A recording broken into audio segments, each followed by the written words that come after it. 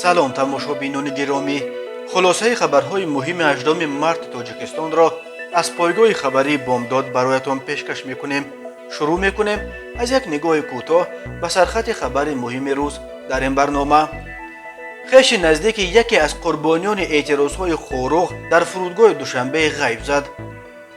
дар қазоқистон боздошти хешовандони Назарбоев шурӯъ шудааст. баъди занозанӣ бо қирғизо 54 муҳоҷири тоҷикро аз кор ронданд. таклифи амхобагӣ кард, занне гуфт 15 сол ҳукми зиндони сокини Турсунзода. як марзбонро баъди 15 сол ёфта барои одамкушӣ маҳкум ба зиндон карданд. тарма 2 хонаро дар Рӯшқала вайрону 3 сар чорворо дар Шуғнон нобуд кард. пули хонаро аз як кас гирифту хонаро ба дигар кас фурӯхт. ва акнун тафсилоти хабарҳо. тутиё Амиршоев, сокини 31-солаи деҳаи Реҷисти ноҳияи Рӯшқалаи вилояти Мухтори Кӯҳистони Бадахшон рӯзи 5 март дар фурудгоҳи Душанбе пойтахти Тоҷикистон ба таври мармӯз ғайб задааст. ва хешовандонаш инак 12 рӯз боз дар куҷо будани ӯро маълум карда наметавонанд. дар ин бора дар Фейсбук журналисти тоҷик Анура Саркорова хабар дод. бино ба иттилои ғайрирасмие ки ӯ ба даст овардааст, тутиё Амиршоевро мақомоти амниятӣ дастгир карданд, вале сабаби боздошташ маълум нест. тутиё Амиршоев хеши наздики Тутишо Амиршоев, сокини 23-солаи ноҳияи Рӯшқала аст ки моҳи ноябр дар ҷараёни эътирозҳои хоруғ кушта шуд. бино ба иттилои Анура Саркорова, наздикони тутиё Амиршоев инак қариб 2 ҳафта боз наметавонанд дар бораи сарнавишти ӯ маълумоте пайдо кунанд. дӯстонаш барои кӯмак дар ҷустуҷӯи вай ҳатто ба вазорати корҳои дохила муроҷиат карданд. вале менависад Анура Саркорова, иттилои ғайрирасмии расида аз он дарак медиҳад ки тутиё Амиршоевро кормандони Кумитаи давлатии амнияти миллии Тоҷикистон дастгир карданд ва ӯ ҳоло дар боздоштгоҳи Кумитаи давлатии амнияти миллӣ қарор дорад. дар бораи ин ки ин ҷавон ба чӣ муттаҳам мешавад маълумоте дастрас нест. мақомоти расмӣ хабарҳо дар бораи боздошти тутиё Амиршоевро то ҳол шарҳ надоданд. гуфта мешавад ки тутиё Амиршоев чанд сол боз дар муҳоҷирати корӣ дар Русия қарор дошт ва дар эътирозҳои рӯзҳои 25-28 ноябри соли 2021 дар хоруғ иштирок надошт. ӯ аз Москав рӯзи 29 ноябр баъди ба поён расидани эътирозҳо ҳамроҳи холааш Қамчигул Амиршоева, модари Тутишо Амиршоев, ба хотири иштирок дар маросими дафни ӯ баргашта буд. рӯзи 5 март соли 2022 тутиё мехост ба Москав баргардад.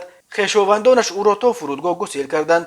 бори охир тутиё ҳангоми гузаштан аз хати назорати гумрукӣ ба хешовандонаш занг зада тавонистааст ва ҳамин қадар хабар диҳад ки ӯро баъди тафтиши иловагӣ дастгир карданд ва ӯ бо ҳамин ғайб задааст. кӯшишҳои баъдӣ барои тамос бо вай натиҷа надод. телефони мобилии тутиё хомӯш карда шудааст. хабар медиҳад Анура Саркорова.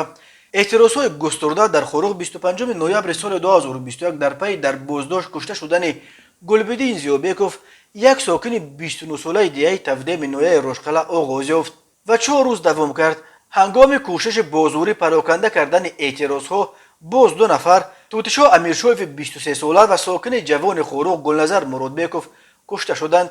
эътирозгарон шоми 28 ноябр фақат баъди аз мақомот гирифтани ваъдаи хатӣ ба ҷавобгарӣ кашидани гунаҳгорони марги ин 3 сокини вилояти Мухтори Кӯҳистони Бадахшон пароканда шуданд. вале бо гузашти инак қариб 4 моҳ то ҳол ягон нафар бо гумони даст доштан дар қатли Зиёбеков, Амиршоев ва Муродбеков дастгир нашудааст. дар Қазоқистон дар ҳафтаи ҷорӣ боздошти нахустин хешованди раисҷумҳури собиқ Нурсултон Назарбоев оғоз ёфт. аввалин шуда рӯзи 13 март ҳангоми қасди тарки кишвар дар фурудгоҳи Алмато ҷияни даргузашта пурнуфузи Назарбоев Ғайрат Сотиболдиро дастгир карданд. агентии назорати молиявии Қазоқистон гуфт Ғайрат Сотиболдӣ дар ҷиноятҳои иқтисодӣ айбдор мешавад, вале даст доштани ӯ дар ҷиноятҳои зидди амнияти давлатӣ низ таҳти тафтиш қарор дорад.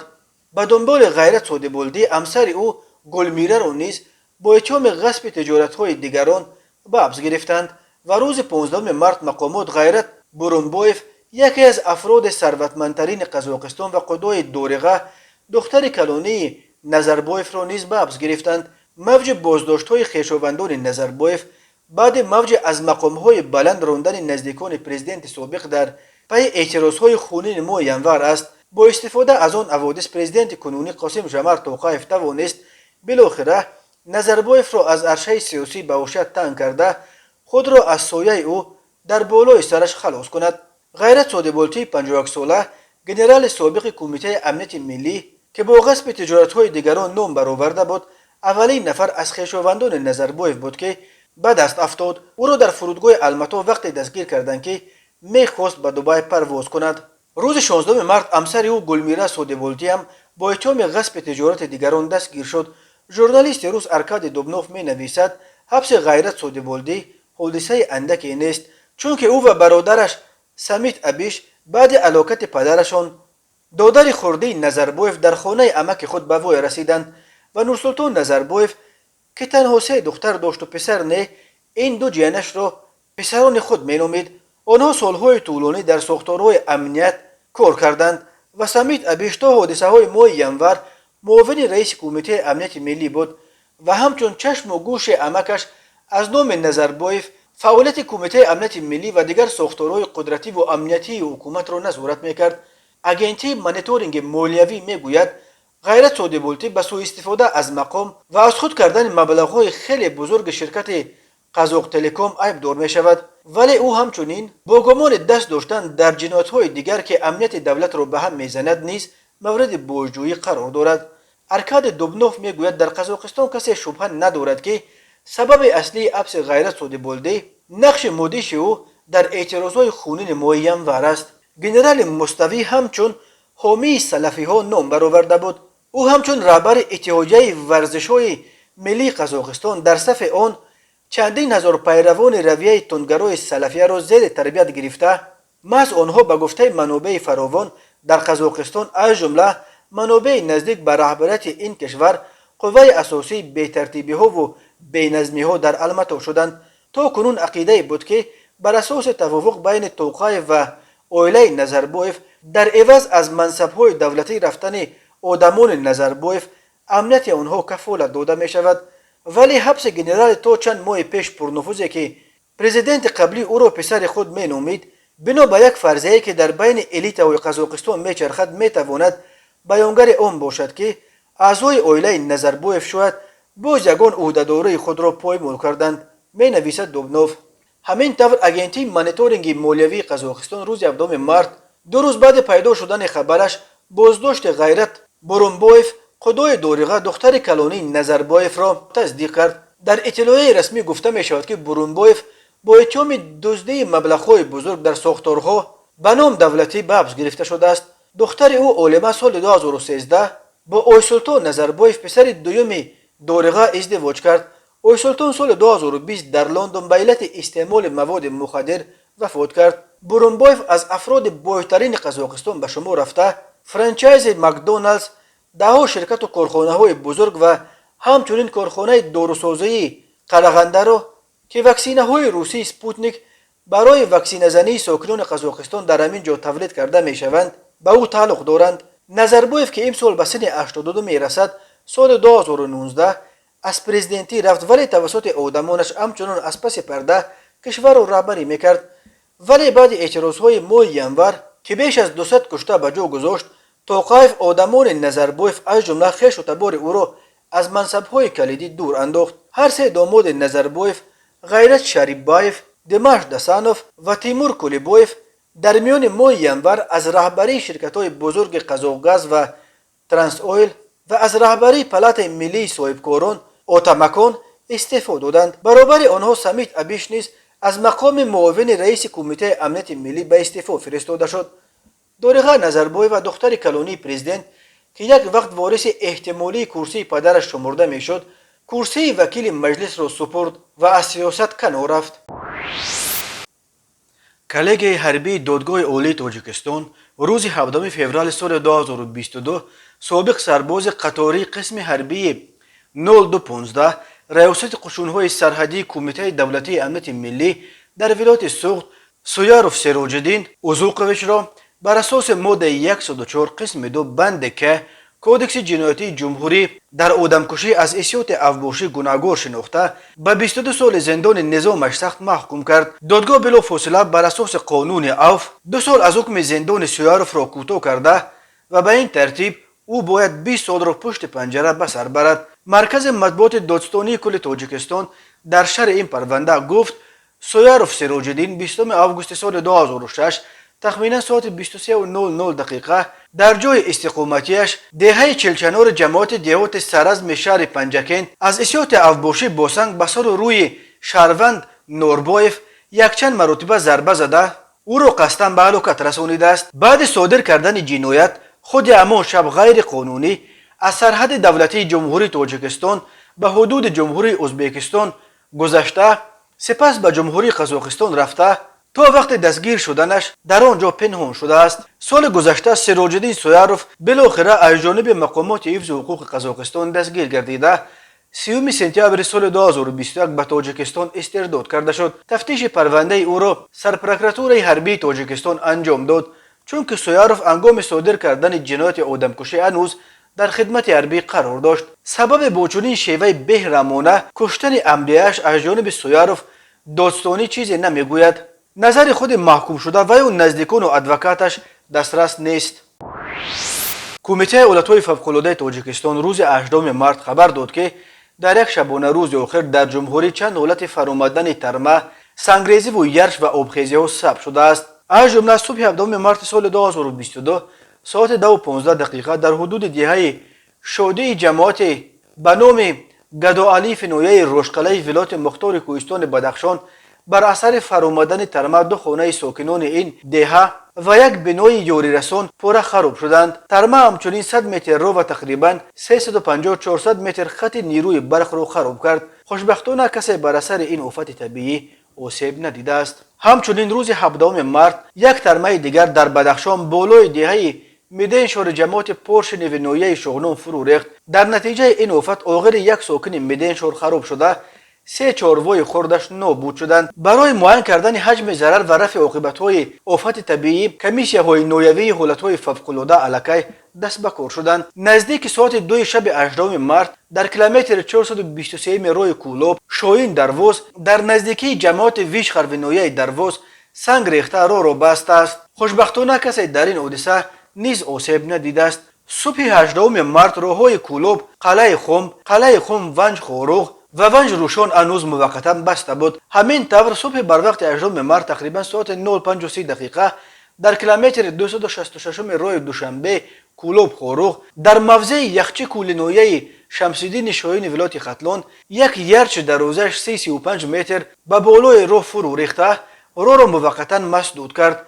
رفع عاقبت‌های این آفت ادامه دارد. روز گذشته همچنین در جماعت‌های یور و مندانه در کنار پنجکین سیل آمده پول بین دو جماعت را ویران کرده است. حالا ترمیم این پول ادامه دارد. بنا به پیشبینی هواشناسان تا 20 مارت هوا در تاجیکستان پربارش باقی میماند و در این روزها خطر سیل و آبخیزی، ترمه و یرچ و سنگریزی خیلی زیاد گفته می شود.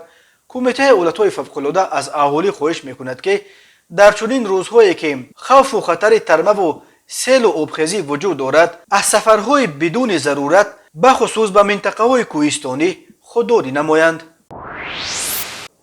کلیگای سعودی اوید به پرونده‌های جنایتی دادگاه عالی تاجیکستان روز 3 مارت سال 2022 ساکن شهر ترسونزاده قلندروف کمال‌الدین بر اساس ماده 32 قسم 3 104 قسم 2 بند کودکس جنایتی جمهوری در سوءقصد به آدمکشی گناهکار شناخته به 15 سال زندان نظامش سخت محکوم کرد. مرکز مطبوعات دادستانی کل تاجیکستان در شرح این پرونده گفت در رفت تفتیشات پیشکی و بررسی سود معین شده است که قلندروف سال 2001 با شهروند یعقوب و لالخان عائله برپا نموده از زندگی یک جای صاحب 4 فرزند گردیدند. ماه سپتامبر سال 2021 بنا به بد شدن مناسبت عائلوی از یعقوب و جدا شد، ولی با سبب نداشتن جای زیست دائمی یعقوب و با فرزندان نابالغش در منزل استقامتی قلندروف در حجره‌های علایده زندگی نموده است. 17 نوامبر سال 2021 قلندروف در حالت مستی به حجره خواب سابق همسرش یعقوب و در آمده به او تکلیف همخوابه شدن را نموده بنا بر رد نمودن خواهشش و از سخنهای همسرش عاید به با دیگر مرد علاقه داشتن به غضب آمده قصد کشتار او را نموده است. بنا به خلاصه تفتیشات و دادگاه کمال‌الدین قلندروف از آشخانه منزل زیستش 2 عدد کارد آشخانگی را گرفته در حضور فرزندان نابالغش به یعقوب و حمله نموده با کارت‌های در دستش بوده 6 مرتبه به قسمت قفس سینه، شکم، کمر و دست او ضربه زده جراحت‌های جسمانی به سلامتیش رسانیده است. سپس فرزند نابالغش قلندروف با مقصد حمایت مادرش داد و فریاد نموده بین آنها در آمده عملهای منبعده پدرش را پیشگیری نموده است و بنابراین قلندروف قصد جنایت خود را تا به آخر عملی کرده نتوانسته است. نظر خود محکوم شده و یا نزدیکان و ادوکاتش دسترس نیست. وقتهای آخر در تاجیکستان درباره کشتار یا قصد کشتار زن و شوهر گزارش‌های زیادی به دست می‌رسند. جامعه شناسان این را به کاهش ارج و احترام به سنت‌های عنعنوی عائله‌داری و روحانیان به سوز شدن پایه‌های ایمان و ارزش‌های دینی مردم ربط می‌دهند. در پی زناشویی‌های گروهی بین مهاجران تاجیک و قرغیز که روزهای 8 و 9 مارس در ساختمان کارخانه‌های بزرگ کارخانه کارکرد گاز امور و مجمع گاز و کیمیاوی امور روی داد، شرکت ساختمانی ویلسترویمنتاژ 54 کارگر تاجیکش را از کار جواب داده است. پایگاه خبری بامداد قبلا درباره از کار راندن 182 کارگر قرغیز در پی آن زن و زنی‌ها گزارش داده بود. بنا به اطلاع رسما تصدیق نشده این 54 مهاجر تاجیک را در پی از کار رانده شدنشان به تاجیکستان گسیل کردند. در رویخط کارگران تاجیک از کار رانده شده که یک نسخش به دسته اداره بامداد نیز رسید دیده می شود که همه این 54 نفر در امور تحت رهبری صادق نام بریگادیر کار میکردند و سنشان از 18 تا 58 سال را تشکیل میدهد. سال تولد کلانسالترین آنها رحیموف عبدالرحیم غلامویچ 1964 و سال تولد جوانترینش ابراهیمزاده جمعخان حکیم 2003 میباشد. برخی آنها همگی چند ماه پیش برای کار در ساختمان این دو کارخانه بزرگ در منطقه شرق دور روسیه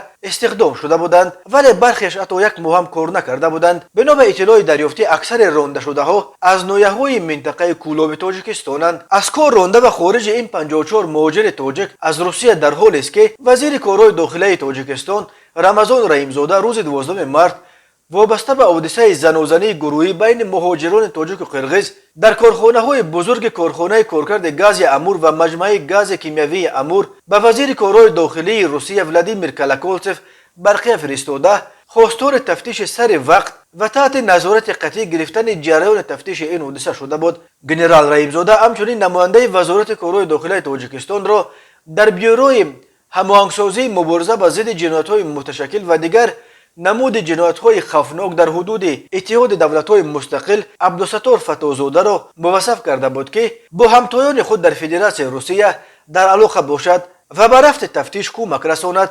طور قبلا خبر دادیم روزهای 8 و 9 مارس در ساختمان کارخانه‌های بزرگ کارخانه کارکرد گاز امور و مجمع گاز و کیمیاوی امور بین مهاجران از تاجیکستان و قرغیزستان زناشویی‌های عمومی روی داد.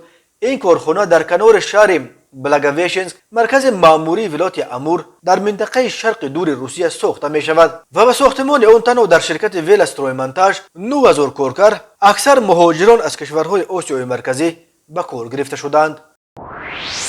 هنگام گذرانیدن چاره‌بینی‌های اپراتیوی جستجویی از جانب کارمندان شعبه وزارت کارهای داخلی در شهر تورسونزاده مرد 35 ساله ساکن شهر مذکور با گمان قلابی دستگیر کرده شد. نامبرده ماه ینور سال 2021 بارای فریب به باوری جوان 23 ساله ساکن همین شهر درآمده از او 212625 سامانی را گرفته وعده داده است که بر عوضش از بنای نوساختمانی شرکت خیر ساختمان خانه دو حجرگی گرفته می‌آید، اما مبلغ‌ها را به شرکت مذکور سپرده خانه استقامتی را به دیگر شهروند فروخته است. اوید به این حادثه پرونده جنایتی با ماده 247 قسم 4 کودکس جنایتی جمهوری تاجیکستان آغاز کرده شده تفتیشات ادامه دارد. به شعبه وزارت کارهای داخلی در نویه همدانی با عریضه مرد 28 ساله ساکن امین نویه مراجعت نموده است که 5 مارس سال 2022 تقریبا ساعت 08:30 دقیقه شخصان نامعلوم با راه پنهانی از داخل автомاشین شخصی تمغه اوپل استرا که در توقفگاه نزد بازار مرکزی نویه می ایستاد یک عدد تلفن موبیلی تمغه آیفون 7 را دزدیده از جای حادثه غیب زده است. ضرر رسانیده شده 4000 سامانی را تشکیل می‌دهد. در نتیجه گذرانیدن چاره‌بینی‌های اپراتیوی جستجویی از جانب کارمندان میلیشیا نابالغ 15 ساله ساکن نویه مذکور همچون گمانبر در صادر نمودن جنایت دزدی دستگیر کرده شد. نسبت نابالغ پرونده جنایتی با ماده 244 قسم 2 بندهای ا و کودکس جنایتی جمهوری تاجیکستان آغاز کرده شده تفتیشات ادامه دارد. тамошобинони азизу гиромӣ, ин буд муруре ба хулосаи чанд хабари муҳими имрӯзи Тоҷикистон. Хабару гузоришҳои бештар аз Тоҷикистон ва дар бораи Тоҷикистону атрофи онро дар сомонаи пойгоҳи хабарии Бомдод дар ин нишона пайгирӣ намоед: www.bomdod.com. хуш бошед.